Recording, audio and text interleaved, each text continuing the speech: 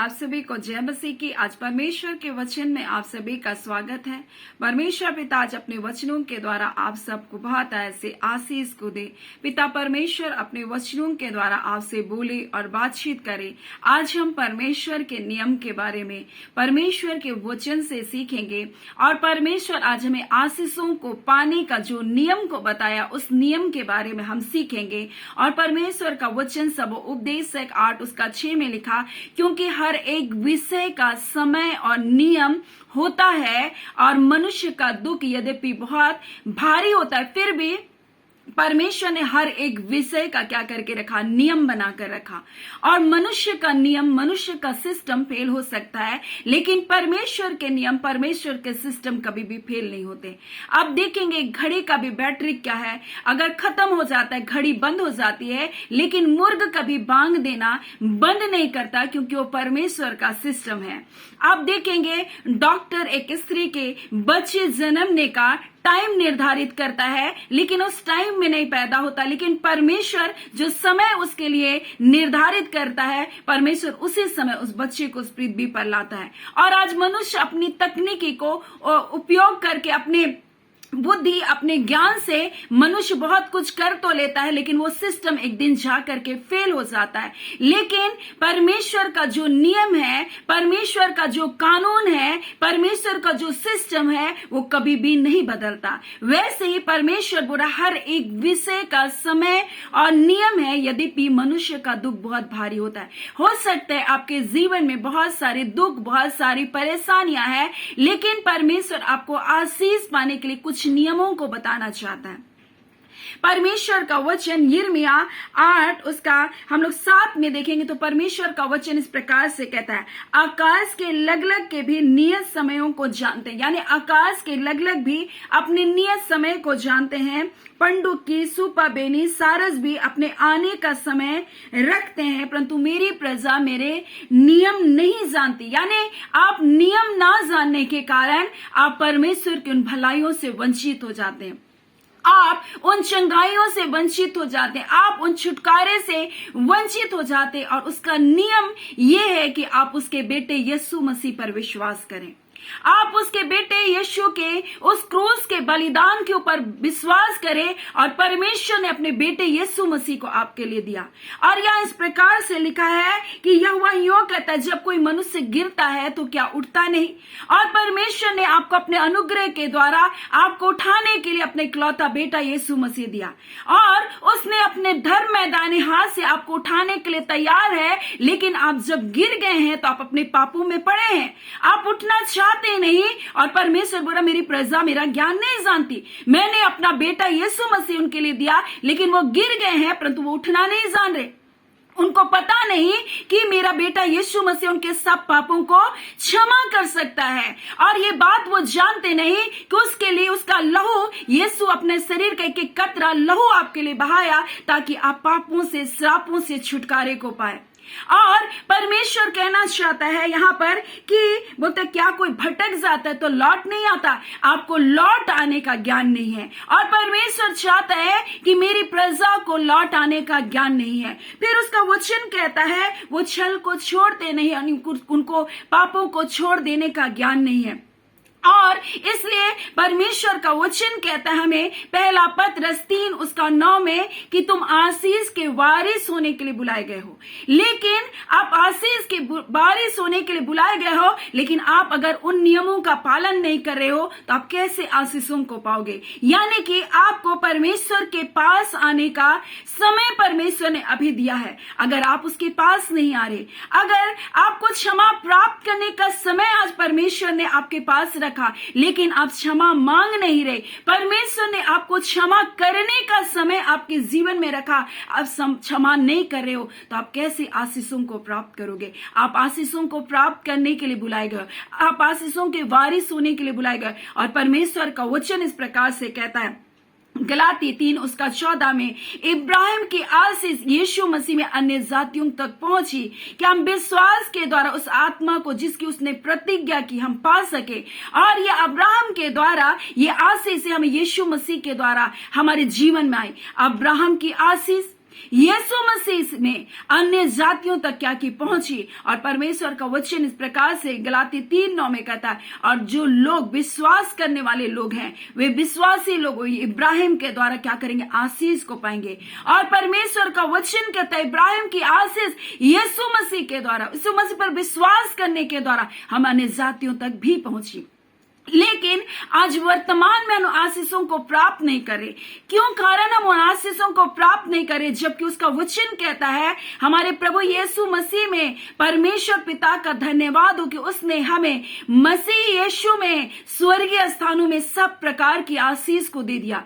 उसने कहा मैंने तुमको सब आशीषों को दे दिया, मैंने अपने इकलौता बेटा यीशु मसीह को दे दिया, तुम आशीषों को वारिस होने के लिए बुलाए गए। लेकिन कमी कहाँ है कि हम आशीषों को प्राप्त नहीं करें, क्योंकि हम उस नियम को नहीं जानते जो उसमें लिखा पहला पत्रस 3 उसका 9 में, बुराई के बदले तुम बुराई मत करो। पहली बात जो हमको नहीं करना है, ये परमेश्वर का नियम है कि बुराई के बदले तुम बुराई मत करो, गाली के बदले तुम गाली मत दो, इसके विपरीत तुम आशीष दो। फिर परमेश्वर का वचन लूका 6 उसका 28 में लिखा, जो तुमको श्राप देंगे तुम उसको आशीष दो, और जो तुमको अपमान करे तुम उनके लिए प्रार्थना करो। अपने सताने वालों को आशीष दो, श्राप ना दो। और यही बात परमेश्वर ने अब्राहम से कहा, जो तुमको आशीष देगा वो आशीष पाएगा, और जो तुमको कोसेगा मैं उसको श्रापित करूंगा। यानी कि आशीष देने वाला और श्रापित करने वाला वो परमेश्वर है। और परमेश्वर बोल रहा है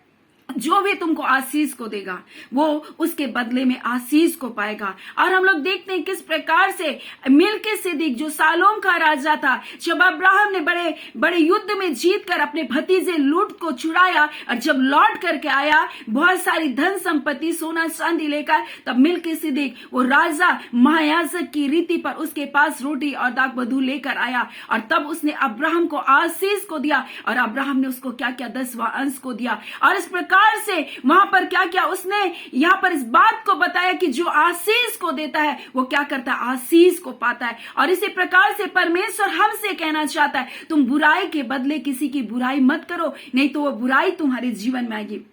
इसके विपरीत जो तुमको सता रहे हैं, तुम्हारे विरोध में गलत गलत बातों को कर रहे हैं, तुम्हारा अपमान को कर रहे हैं, तुम उनके लिए क्या करो, प्रार्थना करो, अपने सताने वालों को आशीष को दो, क्योंकि आप जो कुछ देंगे वही कुछ आपके जीवन में आएगा। मिल्किसेदेक ने क्या किया, सालोम का राजा ने क्या किया, जो महायाजक की रीति पर उसके लिए रोटी लेकर, उसके लिए दाख मधु लेकर अब्राहम से भेंट करने को गया और उसे आशीष को दिया। और उसने भी क्या किया, 10वां अंश एक याजक के रूप में उसको अब्राहम ने दिया।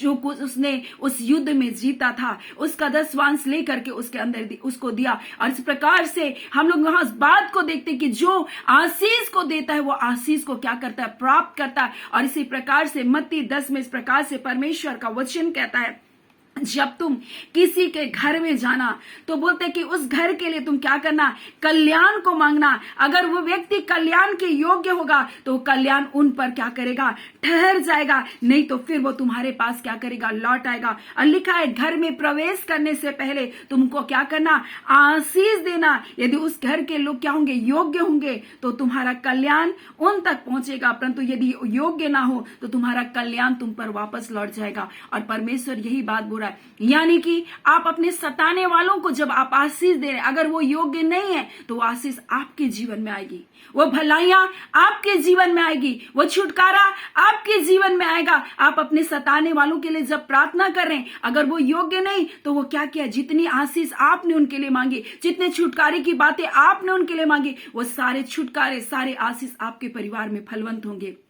और यही बात परमेश्वर हमसे कहना चाहता है, तुम आशीष के वारिस होने के लिए बुलाए गए हो। और परमेश्वर का इसलिए नियम है कि बुराई के बदले तुम बुराई मत करो, गाली के बदले तुम किसी को गाली मत दो। इस बात को परमेश्वर अपने लोगों से कह रहा है। और परमेश्वर का ये नियम है, परमेश्वर का ये कानून है, परमेश्वर ने ये विधि करके आपके लिए ठहराया। अक्सर जब लोग हमारे साथ बुराई करता है, हम भी उनके लिए बुराई करते और हम अपनी आशीषों को क्या करते, रोक देते हैं। और परमेश्वर इसलिए कहता है हर एक विषय का समय और नियम है। और परमेश्वर इसलिए बोल रहा है, हालांकि तुम्हारा दुख बहुत बड़ा है, तुम बहुत पीड़ाओं से होकर के गुजर रहे हो, लेकिन ये मेरा नियम है कि तुम इस नियम का पालन करो और तब मैं तुमको आशीषों से भरपूर कर दूंगा। और परमेश्वर पिता इन वचनों के द्वारा आप सबको बहुत ऐसे आशीष को दे। आमीन। आइए हम प्रार्थना करेंगे। धन्यवाद देते जीवते सच्चे सामर्थ्य खुदावन परमेश्वर पिता, आप अद्भुत भलाई और आशीषों को देने वाले परमेश्वर हैं पिता।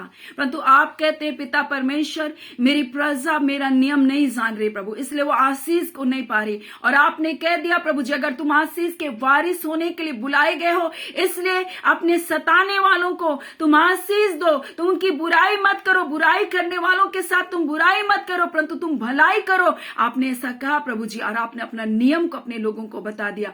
और खुदावन परमेश्वर इस वचन के द्वारा आप हर एक लोगों के जीवन के बंधनों को तोड़ रहे प्रभु जी। लोग अपने पिता विरोधियों को क्षमा कर रहे प्रभु जी, अपने सताने वालों के लिए प्रार्थना कर रहे प्रभु जी, उनको दिल से प्रभु जी क्षमा कर रहे प्रभु जी।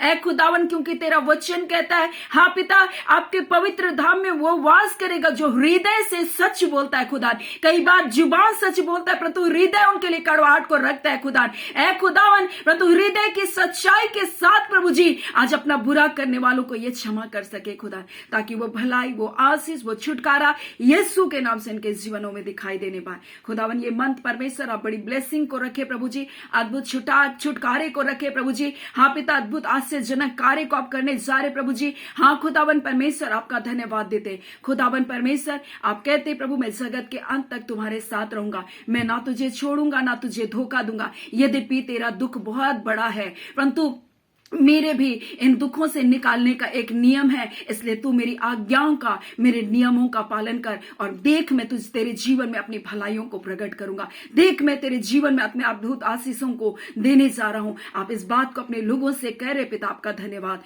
पिता। आज के दिन की सारी आशीष, भलाई, जय, छुटकारा यीशु के नाम से आपके बच्चों के जिंदगी में आया प्रभु। आपका धन्यवाद देते, प्रार्थना यीशु के नाम से मांगते, दया सुने, अनुग्रह से ग्रहण कर लीजिएगा। आमीन। परमेश्वर पिता आप सबको बहुत ऐसे आशीष को दे। आमीन।